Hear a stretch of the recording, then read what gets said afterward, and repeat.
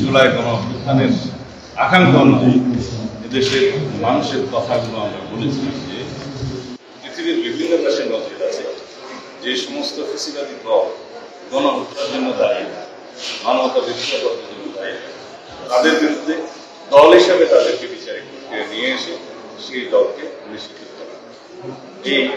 এটা উদাহরণ বিভিন্ন দেশে আছে, জার্মান সহ আরো অনেক দেশে আছে।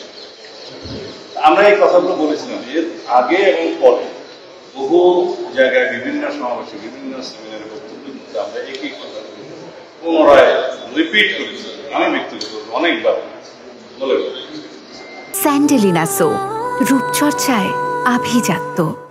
সুতরাং দেরিতে হলেও সরকার আইনি প্রক্রিয়ার মধ্য দিয়ে, সাংবিধানিক প্রক্রিয়ার মধ্য দিয়ে, একটা বিচারিক প্রক্রিয়ার মধ্য দিয়ে যে আওয়ামী লীগের বিচার নিশ্চিত করবে এই ঘোষণা দেওয়ার জন্য আমরা স্বাগত জানাচ্ছি এই সরকারের পদক্ষেপ। তবে ভবিষ্যতেও আমরা বলবো যে সরকার যেন এইরকম বিভিন্ন বিষয়ে যে আমরা পরামর্শ দিই এবং আমাদের দলের যে বিভিন্ন রকমের বক্তব্য থাকে দেশের পক্ষে এবং জনগণের পক্ষে, এই বিষয়গুলো যেন যথাসময়ে আমলে নেন।